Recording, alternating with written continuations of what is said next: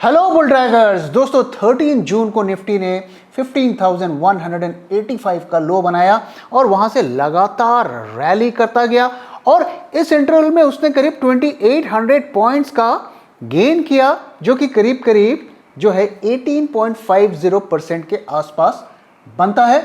और अगर आप हमारे पुराने वीडियोस को ट्रैक कर रहे हैं तो हमने आपके साथ 17,700-600 का लेवल पहले ही शेयर कर दिया था। तो अब यह प्रश्न उठता है कि यहां से निफ्टी का आगे का रास्ता क्या होगा। क्या एक बार फिर से गिरावट शुरू होगी या हम ये कह सकते हैं कि the worst is behind us. और इसी बारे में हम इस वीडियो में डिटेल में बात करेंगे। तो आइए सबसे पहले मार्केट की बात करते हैं। तो आज मार्केट में 4 हफ्ते की बाद पहली बार हमें वीकली नेगेटिव क्लोजिंग देखने को मिली और निफ्टी करीब 200 पॉइंट्स डाउन क्लोज हुआ। अगर हम एफआईआईज की बात करें तो एफआईआईज जुलाई से नेट बायर बने हुए हैं और अगस्त में तो उन्होंने शानदार और जानदार बाइंग की करीब 4.6 बिलियन यूएस डॉलर्स की, जो कि करीब करीब 36,000 करोड़ की फिगर बनती है और 9 महीने के बाद वो बायर बन गए। और देखिए अगस्त का महीना अभी पूरा भी नहीं हुआ और उन्होंने 35,000 करोड़ की बाइंग ऑलरेडी कर दी है। तो ये जो बाइंग है इन्होंने जो अगस्त में की है 4.6 बिलियन यूएस डॉलर्स की, ये दिसंबर 2020 के बाद सबसे बड़ी फिगर बन रही है। और दिसंबर 2020 में उन्होंने कितनी बाइंग की थी? करीब 8.4 बिलियन यूएस डॉलर्स। तो आप देख सकते हैं कि अभी पूरा महीना भी कंप्लीट नहीं हुआ और अगर इसी रफ्तार से वो बाइंग करते रहे तो वो दिसंबर 2020 का भी रिकॉर्ड तोड़ सकते हैं और मार्केट इसी की उम्मीद में चढ़ रहा है। तो दोस्तों, कुछ टाइम पहले मैंने आपके साथ एक वीडियो शेयर किया था और उसमें बताया था कि एफआईआईज क्या खरीद रहे हैं, किस सेक्टर में और स्टॉक्स में वो ज़्यादा बाइंग कर रहे हैं। लेकिन म्यूचुअल फंड वाले क्या कर रहे हैं? तो म्यूचुअल फंड जो है अब नेट सेलर बन गए हैं। जैसे एफआईआई नेट बायर बने तो वो नेट सेलर बन गए हैं, लेकिन उनकी जो सेलिंग की रफ्तार है वो ज़्यादा नहीं है। उन्होंने अगर अगस्त में देखे तो माइनर सेलिंग की है करीब 4,200 करोड़ की, जो कि एफआईआईज के बाइंग के फिगर से काफ़ी ज़्यादा छोटी फिगर दिख रही है।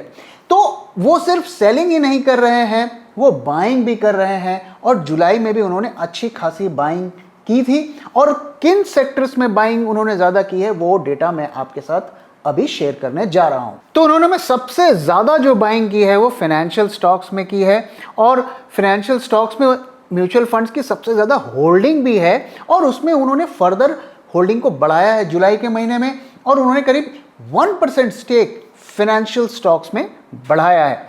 इसके अलावा जो है कंज्यूमर डिस्क्रेशन के जो स्टॉक्स हैं जैसे हैवेल्स, टाइटन और रिलैक्सो, इस टाइप के स्टॉक्स में भी उन्होंने काफ़ी ज़्यादा जो है स्टेक बढ़ाया है और 0.5% का उनका स्टेक जुलाई में इस सेक्टर में बढ़ा है। और अगर हम सेलिंग की बात करें तो सेलिंग जो है आईटी में वो कर रहे हैं और जैसा कि मैंने पिछले वीडियो में आपको बताया कि आईटी में एफआईआई वाले भी सेलिंग कर रहे हैं और इसके साथ ही एनर्जी सेक्टर में भी सेलिंग हो रही है। म्यूचुअल फंड काफ़ी ज़्यादा सेलिंग कर रहे हैं। तो अगर हम म्यूचुअल फंड की जो टॉप 10 बाइंग है स्टॉक्स में उनकी बात करें तो उसमें जो है 3 स्टॉक प्रोमिनेंटली आते हैं। उसमें जोमेटो आता है, टाटा मोटर्स आता है और मारुति आता है। इसके अलावा जो है वो पेंट सेक्टर में भी काफ़ी खरीदारी कर रहे हैं, जैसे एशियन पेंट और बर्जर पेंट, और ऑटो सेक्टर के भी स्टॉक्स जैसे कि हीरो मोटो और एमएनएम में भी वो अच्छी खासी बाइंग कर रहे हैं। तो इस वक्त अगर आप ट्रेंड देखें तो ऑटो सेक्टर में म्यूचुअल फंड काफ़ी ज़्यादा बाइंग कर रहे हैं और आईटी में तो एफआईआईज और म्यूचुअल फंड दोनों सेलिंग कर रहे हैं। और आईटी में क्यों सेलिंग कर रहे हैं दोस्तों, मैंने पिछले वीडियोस में भी आपके साथ शेयर किया था, क्योंकि एक जेन्युइन फियर है कि रिसेशन यूएस में आने वाला है और उसी फियर में ये सेलिंग कर रहे हैं, क्योंकि सबसे ज़्यादा इम्पैक्ट जो है आईटी स्टॉक्स में ही पड़ने वाला है, क्योंकि आईटी स्टॉक कंपनीज की सबसे ज़्यादा डिपेंडेंसी यूएसए में ही होती है।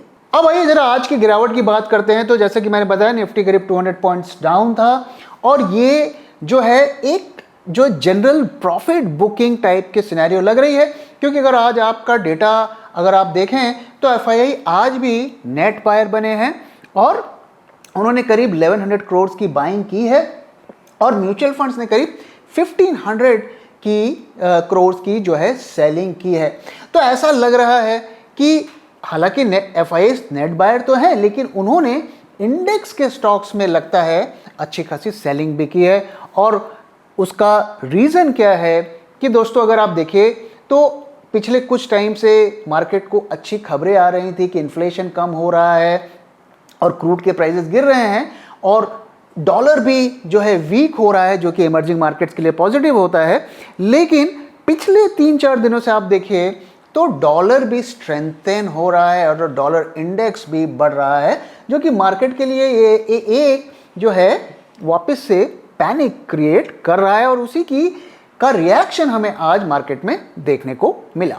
तो आइए दोस्तों अब बात करते हैं कि क्या मार्केट का करेक्शन खत्म हो चुका है, वर्स्ट इज बिहाइंड अस, यहाँ से अब मार्केट वापस से न्यू हाइस को टच करेगा या फिर जो है ये एक टेम्पररी राइज है और वापस से सेलिंग रिज्यूम होगी और वो सेलिंग क्या अब आज से शुरू हो चुकी है। तो दोस्तों इस बारे में मैंने आपके साथ पिछले कई वीडियोस में तरह तरह की एनालिसिस शेयर की है, टेक्निकल भी शेयर की है और फंडामेंटल्स भी शेयर की है। और आज मैं आपके साथ एक नई एनालिसिस लाया हूँ, एक डिफरेंट एंगल से हम इसको एनालाइज करने की कोशिश करेंगे कि मार्केट का आगे का रास्ता क्या हो सकता है। और इसमें हम जो है पिछले जो है करीब 20 साल के डेटा को हम स्टडी करेंगे और उसके बेसिस पर हम ये पता करने की कोशिश करेंगे कि निफ्टी का आगे का रास्ता क्या हो सकता है। और इसकी जो हम स्टडी करेंगे वो टेक्निकल एनालिसिस के बेसिस पर करेंगे और हम RSI इंडिकेटर को यूज करेंगे। RSI दोस्तों जैसे कि आप जानते हैं कि वो एक ओवरसोल्ड और ओवरबॉट कंडीशंस को बताता है। ओवरबॉट कंडीशन वो होती है जब खरीदारी बहुत ज़्यादा हो जाती है तो उसके बाद से बाजार गिरते हैं, और ओवरसोल्ड कंडीशन ये होती है कि बहुत ज़्यादा बिकवाली हो गई और वहाँ से जो है सेलर्स कम हो जाते हैं और वापस से बाइंग वहाँ से रिज्यूम होती है। तो ये एक मार्केट का ट्राइड एंड ट्रस्टेड इंडिकेटर होता है और हम इसी इंडिकेटर को यूज़ करके हम पिछले 20 साल में देखेंगे कि ऐसी कब सिचुएशन आई जब इंडेक्स जो है निफ्टी जो है ओवरबॉट कंडीशन पर पहुंच गया और वहां से हमें गिरावट देखने को मिली। तो दोस्तों जैसा कि आप जानते हैं कि RSI इंडिकेटर जब हम लगाते हैं तो उसमें हम जो है पहले तो किस चार्ट पर हमें लगाना है, 1 मिनट चार्ट पे, 5 मिनट चार्ट पे, या 1 आवर पे, या 1 डे पे, या 1 वीक पे, या 1 मंथ पे, तो आपको वो सिलेक्ट करना पड़ता है। तो चूंकि हम ये एक लॉन्ग टर्म की एनालिसिस कर रहे हैं तो हमने इसे मंथली चार्ट पर इस इंडिकेटर को यूज़ किया है और हमने 12 महीने का जो है इंटरवल यूज़ किया है। तो 12 महीने का क्यों किया? क्योंकि 12 महीना 1 साल होता है, which is a reasonably good period to find out कि आगे का ट्रेंड क्या हो सकता है। तो RSI हमने मंथली चार्ट पे यूज़ किया है और 12 का इंटरवल को यूज़ किया है। तो आइए मैं इसकी फाइंडिंग आपके साथ दिखाता हूँ। तो हमने 2003 से लेके 2021 तक के पूरे चार्ट को इवैल्यूएट किया और देखा कि कहाँ जो है RSI 80 से ऊपर को टच करता है। तो दोस्तों 80 से ऊपर का जो फिगर होता है जब उस लेवल को क्रॉस करता है तो ये एक ओवरबॉट कंडीशंस को माना जाता है, यानी कि इतनी ज़्यादा मार्केट में खरीदारी हो गई कि अब खरीदारी स्लो होगी या सेलिंग वापस से रिज्यूम होगी। तो दोस्तों आपको जानकर ये बहुत हैरानी होगी कि 2003 से 2022 तक ऐसे सिर्फ 5 इंस्टांसेस हुए हैं जब RSI की रीडिंग जो है 80 के लेवल से ऊपर गई है। और जब ऐसा हुआ तो उन इंस्टांसेस में क्या हुआ वो मैं आपके साथ एक एक इंस्टांस के डिटेल्स को शेयर करूंगा। तो पहली बार दिसंबर 2003 को RSI जो है 80 से ऊपर गया था और उसकी रीडिंग बनती है करीब 81.6। उस वक्त निफ्टी की वैल्यू थी 1879 और इसके बाद से हमें बाजारों में गिरावट देखने को मिली और करीब 31% का निफ्टी में करेक्शन देखने को मिला और मई 2004 तक बाजारों में गिरावट होती गई। करीब 6 महीने तक बाजार लगातार गिरते गए और RSI का अगर आप देखिए तो 81.6 से गिरकर 53 के लेवल तक पहुंचा और वहां से हमें रिकवरी देखने को मिली। तो यहां पर गौर करने वाली बात क्या है कि जब 81 से ऊपर गया तो 31% निफ्टी गिरा, पहली चीज। दूसरी चीज ये कि आरएसआई में करीब 28 पॉइंट्स की गिरावट हुई और ये पूरी गिरावट 6 महीने की चली, यानी कि पूरा टाइम करेक्शन 6 मंथ्स का चला। दूसरा इंडेक्स देखिए, वो आता है अप्रैल 2006 में। आरएसआई ने 84.12 का हाई बनाया, निफ्टी स्पॉट था 3557 और वहां से निफ्टी में फिर हमें गिरावट देखने को मिली, करीब 27% का हमें प्राइस करेक्शन देखने को मिला। आरएसआई करीब 19 पॉइंट्स गिरा और टाइम करेक्शन 3 मंथ्स हुआ, यानी कि 3 महीने में 27% की गिरावट देखने को मिली। इसके बाद आइए हम 2007 की बात करते हैं, जबकि बड़ा क्रैश हमें मार्केट में देखने को मिला था। तो 2000 में क्या हुआ, अगर आप देखिए तो वहां पर आरएसआई की रीडिंग 86.72 टच किया। उस वक्त निफ्टी करीब 5900 का हाई बनाया और वहां से हमें बाजारों में बड़ी गिरावट देखने को मिली। 62% का निफ्टी में हमें फॉल देखने को मिला और निफ्टी 2252 तक पहुंच गया और आरएसआई में करीब 53 पॉइंट्स की गिरावट हमें देखने को मिली और ये पूरा जो करेक्शन, टाइम करेक्शन रहा वो 1 साल तक रहा। तो ये एक जो है बहुत बड़ी जो है गिरावट मार्केट में हमें देखने को मिली। अगर हम नवंबर 2014 को देखें तो वहां पर आरएसआई ने करीब 83.38 का हाई बनाया, जिस वक्त स्पॉट करीब 8588 के लेवल पर चल रहा था और वहां से हमें मार्केट में गिरावट देखने को मिली। 21% का हमें गिरावट देखने को मिली और आरएसआई करीब 46 पॉइंट गिरा और ये पूरा जो करेक्शन था 15 मंथ्स का हमें करेक्शन देखने को मिला। अब आइए 2021 की बात करते हैं। 2021 में मार्केट ने ऑल टाइम हाई बनाया और एक बार फिर हमें वहां पर जो है आरएसआई 80 के लेवल से ऊपर देखने को मिला। तो निफ्टी ने अक्टूबर 21 को 81.43 का आरएसआई का हाई बनाया। उस वक्त निफ्टी स्पॉट 17,618 था और वहां से जो है हमें जून 2022 तक जो है 14% का प्राइस करेक्शन देखने को मिला और आरएसआई में करीब 29 पॉइंट्स की गिरावट देखने को मिली और ये जो पूरी गिरावट थी करीब 8 महीने तक चली। तो आइए मैं आपको एक पूरी इसकी एक समरी दिखाता हूं ताकि आपको बेटर अंडरस्टैंडिंग हो सके सिचुएशन की।